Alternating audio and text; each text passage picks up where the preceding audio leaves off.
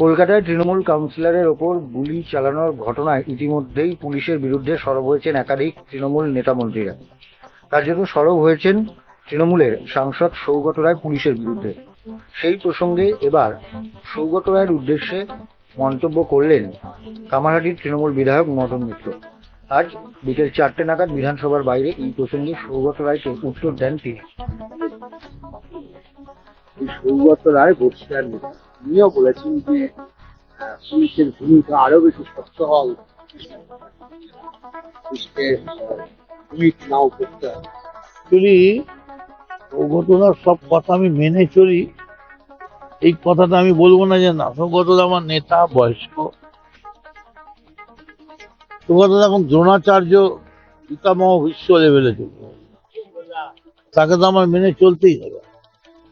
সৌগতদা কি জানে যে সৌগতদার যে সিকিউরিটি, তার কাজ সৌগতদাকে সিকিউরিটি দেওয়া, তাকে দিয়ে কি কি কাজ করা হয়,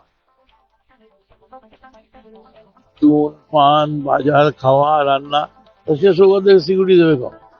ঠিক তেমনি কলকাতা পুলিশের কি হয়েছে, কলকাতা পুলিশ ছাত্রদের দাবি, চাকরি চুরি, মেধা, ট্যালেন্ট, কে ঘর বানিয়েছে, তারপরে ট্যাব, কার বিয়ে ভেঙে গেছে, কে কোথায় কমিশন খেয়েছে, যেখানে যাচ্ছে সেখানেই কলকাতা পুলিশ কাজ করবে কখন?